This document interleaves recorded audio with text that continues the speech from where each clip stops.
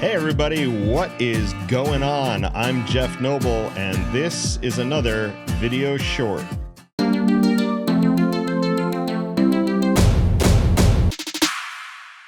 In our last full episode, we checked out the different types of loops, but I wanted to take a deeper dive into the actual for loop. So if you haven't watched the full video yet, you can do that in the card above. So let's check out what a for loop does.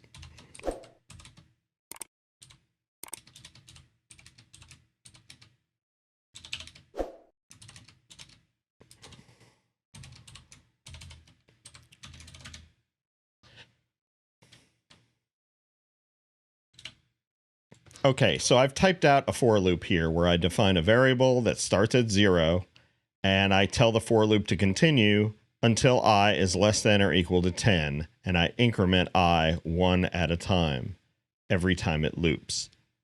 If your screen doesn't look like mine with this symbol, it's because I have something called font ligatures turned on, which I'll cover in another short, but it's the same thing as you typing less than or equals.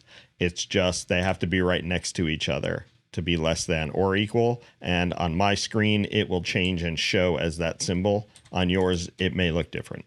But don't worry about it. Less than or equal is less than or equal. So I'm just going to console.write. So I'm just going to console.writeLine. And we're just going to print out what the value of I is. So as you can see, I starts at 0, then goes 1, 2, 3, 4, 5, 6, 7, 8, 9, 10. It actually loops through this line of code until I is incremented to a point where I is less than or equal to 10 is no longer true.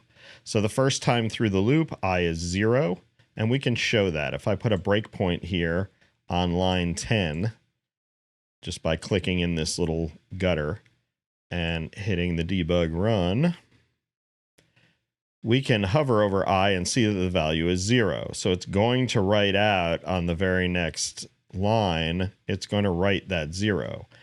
And then it hits the end of the loop. I gets incremented at the end of the loop. There you can see that it jumps to increment I, if we look again after the increment, I is not 0 anymore. Now it's 1. And it'll run the test. Is 1 less than or equal to 10? Well, yeah, 1 is less than 10, so it'll keep looping. And then it'll print out what I is currently, which is 1, and it'll just keep repeating that. I will be incremented to 2 now. Is 2 less than or equal to 10? Yup, so it'll print that one.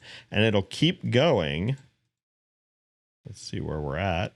3. Okay, I've jumped ahead here to where I is actually 10. So it just got done comparing if I was less than or equal to 10, which it determined that 10 is equal to 10, so it keeps going. It prints out the 10, and then it increments I again. So I is actually now equal to 11. 11 is not less than or equal to 10. It's more than 10. So now it exits the for loop. So a lot of people don't understand that at the end of a for loop, the I is actually one more. So if we could look at what I was after the for loop, like what I is here, I is actually 11 on this line. Sometimes in interviews, I'll ask that question, you know, what's the value of I after the loop finishes iterating?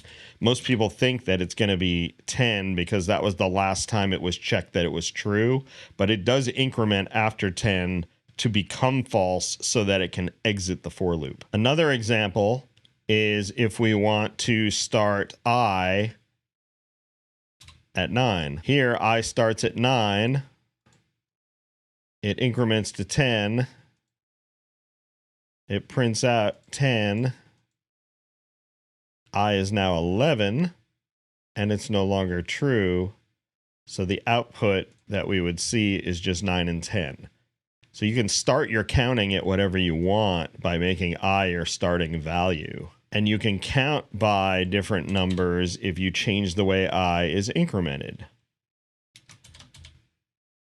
So you can tell it, take I and add 2 to it and reassign it to I. So this will count by 2s. You also could write that if that seems confusing to you. You could say I is equal to I plus 2. that would be valid as well. It's easier to get rid of the I and just say plus equal 2. So if we run that, it'll count from 0 until I is less than or equal to 10, but it'll count by 2s, 2, 4, 6, 8, 10.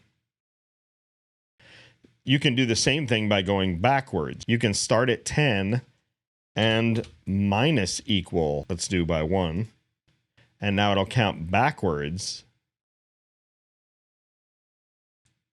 But if you notice, it's never stopping. It's going to continue counting forever. And it went negative because of our test. Our test is checking if I is less than or equal to 10, and if that's true, to keep going. Well, I started at 10, and then I subtracted 1. So 10 equals 10. The next time through, it subtracts 1. So now 9 is less than 10, and then 8 is less than 10, and it'll keep decrementing by 1 forever. So if we want it to only count down to 0, let's say, then we have to say do as long as I is greater than 0. Or you could put greater than or equal to 0, and it'll include 0. So here it counts down from 10 to 1. And then when I minus equal 1 happens, when it's at 1, it goes to 0, but 0 is not greater than 0, it's equal to. So you would have to say greater than or equal to, and then it would include 0. For loops become really helpful when you use them with other data structures like arrays or lists of things. So if you need to do something over and over, or if you just need to loop through some values, a for loop is a good choice, or a for each loop, which we'll do a short on next time. I'm Jeff Noble. Thanks for joining. I'll see you online.